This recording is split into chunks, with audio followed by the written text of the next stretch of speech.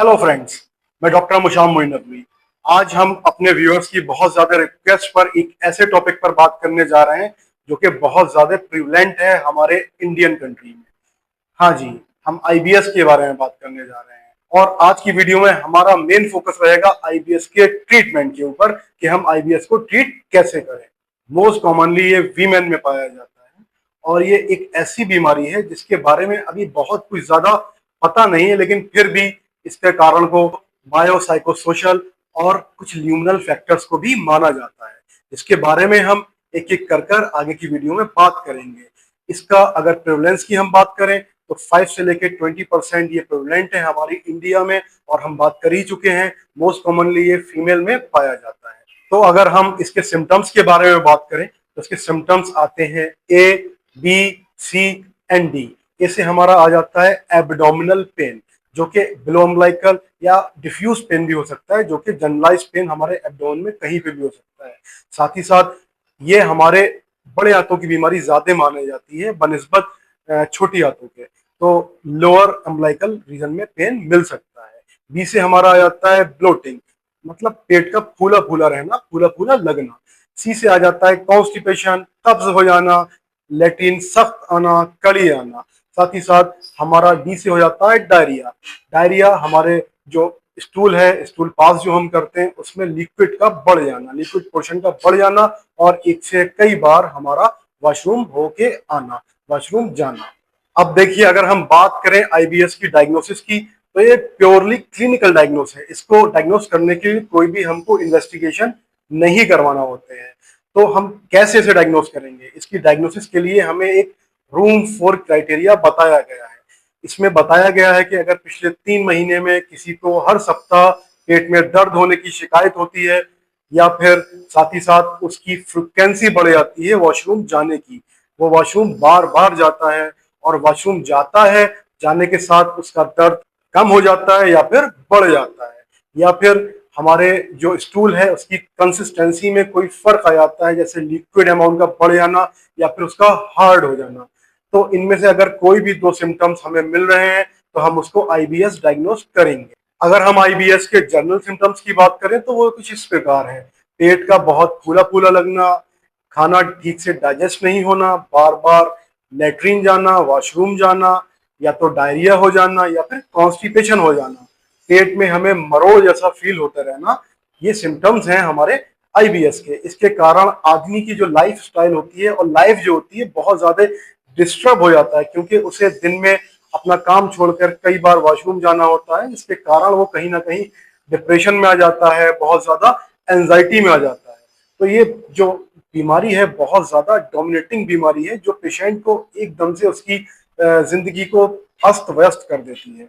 तो फ्रेंड्स, अगर हम आईबीएस के टाइप्स की बात करें कि कितने प्रकार का होता है, तो इसके 4 प्रकार होते हैं मुख्यतः, जिसमें सी, डी, एम एंड यू। सी का मतलब कॉन्स्टिपेशन, लगातार कॉन्स्टिपेशन बना रहना, difficulty in passing stool, stool को पास करने में डिफिकल्टी महसूस होना, और जो हमारा स्टूल आता है, जो फीकल मटेरियल होता है, उसमें पानी बहुत कम आना। साथ ही साथ अगर हम बात करें डायरिया की, तो डायरिया में स्टूल की फ्रिक्वेंसी बहुत बढ़ जाना, और आपका स्टूल जो होता है उसके अंदर पानी का अमाउंट ज्यादा होना, जिसकी वजह से हम कई बार डिहाइड्रेटेड हो जाते हैं और हमारे इलेक्ट्रोलाइट्स इम्बैलेंस रहते हैं, तो हमें बहुत ज्यादा थकान, कमजोरी जैसा महसूस होता है। साथ ही साथ एक मिक्स्ड वैरायटी का होता है, जिसमें कॉन्स्टिपेशन, डायरिया दोनों मिल सकते हैं, और एक होता है अनडिफाइंड फीचर्स के साथ, जिसे हम डिफाइन नहीं कर सकते। तो ये 4 प्रकार का आईबीएस होता है। अब हम बात करेंगे कि आईबीएस जो है इसको हम किस प्रकार ट्रीट करेंगे और किस प्रकार इसे मैनेज करेंगे, क्योंकि ये काफी हद तक हमारी लाइफ स्टाइल के ऊपर डिपेंड करता है इसका एग्रावेशन। तो हम उन फैक्टर्स को अपनी लाइफ से, अपनी जिंदगी से दूर करेंगे जो हमारे गट को अपसेट कर रहा है, जो हमारी बाउल को जाकर इरिटेट कर रहा है और बार बार हमें ऐसा फील करा रहा है कि हमारे पेट में क्रैम्प्स हो रहे हैं, वोमिटिंग जैसा, नौजिया जैसा, साथ ही साथ हमारे पेट में दर्द होना, और ऐसा लगे रहना जैसे हम फ्रेश तो होके आए हैं अभी, लेकिन फ्रेश प्रॉपरली नहीं हो पाए हैं, प्रॉपरली स्टूल हम पास नहीं कर पाए हैं।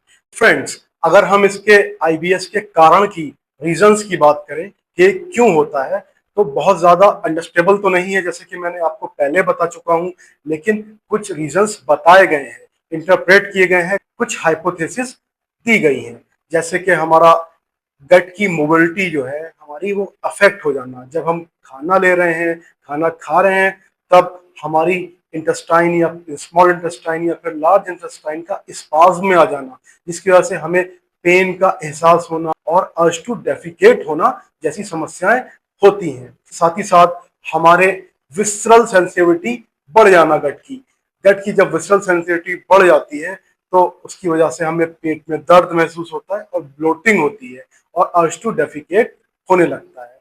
अगर हमारा गट का जो बायो फ्लोरा जो होता है वो अगर डिस्टर्ब हो जाता है, तब भी हमें डायरिया जैसी समस्याओं का सामना करना पड़ जाता है। जैसे आप लोग जानते ही हैं कि हमारी गट में कुछ बैड बैक्टीरियाज होते हैं, कुछ गुड बैक्टीरियाज होते हैं। बैड बैक्टीरियाज हमें नुकसान पहुंचाते हैं, गुड बैक्टीरियाज जो होते हैं हमें डाइजेशन में हेल्प करते हैं, हमारे एक्स्ट्रा कार्बोहाइड्रेट्स को फर्मेंटेट करते हैं और हमारे गट फ्लोरा को मेंटेन करके रखते हैं। तो अगर वो कहीं ना कहीं कम हो जाते हैं तो हमें डायरिया जैसी समस्याओं का सामना करना पड़ सकता है। साथ ही साथ एक गट ब्रेन एक्सिस होती है, वो डिस्टर्ब हो जाती है। जैसे कि हमारा ब्रेन कंट्रोल करता है हमारी गट को, वैसे ही हमारी एक गट और ब्रेन के बीच में जो कोऑर्डिनेशन होता है उसे हम गट ब्रेन एक्सिस बोलते हैं। ये एक्सिस जो होती है डाइजेशन को कंट्रोल करती है। उसके एग्जाम्पल के तौर पे मैं आपको एक एग्जाम्पल दे सकता हूँ, जैसे कि कभी हमें बहुत ज्यादा एंजाइटी होती है तो हमें क्या होता है, अर्ज टू डेफिकेट होती है, हम टॉयलेट करने के लिए जाते हैं, तो वो इसी वजह से होती है, गट ब्रेन एक्सिस की वजह से। अगर ये डिस्टर्ब हो जाता है तब भी हमें आईबीएस जैसी प्रॉब्लम का सामना करना पड़ सकता है। कुछ चीजें होती हैं, जैसे मैंने आपको बताया, साइकोलॉजिकल, साइको सोशल चीजें जो होती हैं, जैसे इमोशनल लेवल पर हमारा बहुत ज्यादा किसी से अटैच होना और उसकी वजह से एंजाइटी में रहना, या फिर हमारा कोई पास्ट ट्रॉमा ले लीजिए, जैसे कि हमारा चाइल्डहुड ट्रॉमा, या फिर कोई ऐसी चीज जिसकी वजह से हमें एंजाइटी हो रही है, प्रोफेशन हो गया या फिर हमारा सोशो इकोनॉमिकल स्टेटस हो गया, उसकी वजह से हमें एंजाइटी हो रही है। ये भी काफी हद तक हमारे आईबीएस को उत्पन्न करती है और इसके होने में एक अहम रोल अदा करती है। साथ ही साथ कुछ हमारी और भी चीजें हैं, जैसे कि फर्मेंटेड फूड की इंटॉलरेंस हो जाना। जो हमारा फूड होता है FODMAP, फूड मैप, जो हाई डाइट होती है, अगर वो हम कंज्यूम करते हैं तब भी ये समस्या उत्पन्न हो सकती है। अगर हम इसके अलावा बात करें तो कुछ जेनेटिकल फैक्टर्स भी होते हैं कि हमारे बाप को था, माँ को था, तो हमारी फैमिली में चला आ रहा है आईबीएस। तो ये सारी चीजें जो है आईबीएस के बारे में हमें बताई गई है। साथ ही साथ कुछ लोगों को जो होता है, व्हीट में जो होता है ग्लूटेन पाया जाता है, उसकी इंटॉलरेंस भी होती है। या फिर मिल्क होता है, मिल्क में लैक्टोज पाया जाता है, लैक्टोज का इंटॉलरेंट होते हैं। तो ये वजह भी होती है जो कॉम्प्लिकेट कर देती हैं और एग्रावेट कर देती हैं आईबीएस को। आईबीएस के मैनेजमेंट की, तो उसके लिए हमें कुछ लाइफस्टाइल मॉडिफिकेशन करने की जरूरत हो सकती है, जैसे कि सुबह उठकर प्राणायाम करना, योगा करना, जिससे हमारा ब्रेन गट एक्सिस जो है, जो इन्वॉल्व हो गया था, हमारे आईबीएस को कॉज कर रहा था, जो कि हमारे बीच में ब्रेन के और गट के बीच में जो कोऑर्डिनेशन था वो डिस्टर्ब हो गया था, उसे योगा और प्राणायाम करने के बाद हम अच्छे से मेंटेन कर लें और उसका इक्विलिब्रियम मेंटेन कर लें। साथ ही साथ हम एक्सरसाइज कर सकते हैं, कोई जॉगिंग या फिर माइल्ड एक्सरसाइज कर सकते हैं। जो हमारा गट का मूवमेंट था, जो मोटिलिटी थी, जो इम्पैक्टेड हो रही थी, वो इम्प्रूव हो जाती है और हमें बहुत हद तक फ्लैटुलेंस और ये ब्लोटिंग जैसी समस्याओं का सामना नहीं करना होता है और अच्छे से हम डेफिकेट कर देते हैं, अच्छे से हम मोशन पास कर देते हैं। डाइटरी मॉडिफिकेशन के तौर पे हमें फाइबर्स को ऐड कर लेना, पानी का इंटेक बढ़ा देना और हाई फूड मैप डाइट, उससे बचना। फूड मैप डाइट का मतलब क्या होता है? Fermented oligosaccharide, monosaccharide, disaccharide and polyols. इनसे जो हाई कंटेनिंग जो डाइट होती है, जिनसे भरपूर होती है जो डाइट, उस डाइट से हमें बचना होता है। होता क्या है एक्चुअल में, ये जो होती है हमारे इंटेस्टाइन जो होती है स्मॉल, उस पर जाती है, उसमें जाने के बाद अच्छे से फर्मेंटेट नहीं हो पाता और ये मूव कर जाता है हमारा लार्ज इंटेस्टाइन में। अब ये लार्ज इंटेस्टाइन में जब जाता है तो ये दिक्कत पैदा करता है, ब्लोटिंग कराता है, अर्ज टू डेफिकेट कराता है, पेन कराता है। तो ऐसी डाइट से हमें बचना होता है, परहेज करना होता है। अब हम बात करेंगे कि हाई फोडमैप डाइट जो होती है उसमें आता क्या क्या है। हाई फोडमैप डाइट जो होती है उसके अंदर हमारे आता है व्हीट, वाटरमेलन, एप्पल, कॉलीफ्लावर, और साथ ही साथ इसके अंदर आते हैं मिल्क प्रोडक्ट्स, क्योंकि इनके अंदर होता है लैक्टोज, जो कि हमारे गट में जाकर ब्लोटिंग कॉज कराता है। एप्पल को हम क्यों मना कर रहे हैं? क्योंकि उसके अंदर सॉर्बिट्रेट और फ्रक्टोज होता है, जो कि गट में जाकर अच्छे से डाइजेस्ट नहीं होता और फर्मेंटेशन कॉज कराता है, और ब्लोटिंग, कॉन्स्टिपेशन या फिर डायरिया जैसी समस्या का सामना करना पड़ता है, और बार बार अर्ज टू डेफिकेट होती है। हाई फूड मैप डाइट के अंदर गार्लिक और ओनियन भी आता है। अब हम इससे आगे बढ़कर अगर बात करें कि जो डाइट है जो हमें लेना चाहिए, मतलब कि लो फूड मैप डाइट, उसमें क्या क्या आता है? Orange, lactose free milk, tofu, egg, rice, उसके अलावा टोमेटो, स्पिनच, और साथ ही साथ हमारा इसके अंदर आता है चिकन।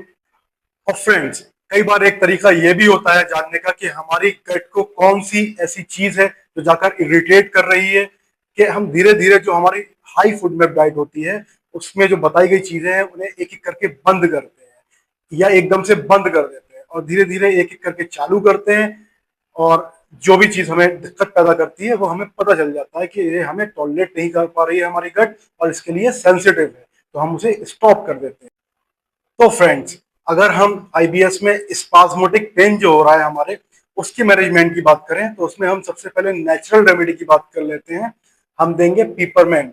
पीपरमेंट जो कि हमारा मार्केट में हरे पुदीने के नाम से भी मिल जाता है, और कोलमिंट के नाम से मिल जाता है, और फिनोवेट आईबीएस के नाम से भी अवेलेबल है, जो कि गैस तो कम करेगा ही, और साथ ही साथ हमारे स्पाज्म जो हो रहा है हमारी इंटेस्टाइन्स में, उन्हें भी डिक्रीज करेगा, उन्हें कम करेगा। अगर हम बात करें एलोपैथ में इस्तेमाल की जाने वाली एंटी स्पाज्मोडिक, एंटीकोलिनर्जिक ड्रग्स की, तो उसमें हम हायोसिन जो कि बस्कोपान नाम से मिल जाता है, और डाइसाइक्लोमाइन का इस्तेमाल कर सकते हैं, और स्मूथ मसल रिलैक्सेंट जैसे हमारे मेबिवरीन और डोटावेरिन का भी इस्तेमाल कर सकते हैं। कभी कभी ये डबल कॉम्बिनेशन में भी अवेलेबल होते हैं, और कभी साथ में एक माइंड रिलैक्सेंट के साथ भी जुड़कर आते हैं, जैसे क्लोरपोवाक्साइड के साथ में मिलकर आते हैं। मैपकॉन के नाम से अवेलेबल है, या फिर लिब्रेक्स के नाम से अवेलेबल है। ये माइंड पे भी काम कर देते हैं, थोड़ा सा मूड को भी काम कर देते हैं, और साथ ही साथ आपकी जो मसल्स हैं उन्हें भी रिलैक्स कर देते हैं, जिससे हमारा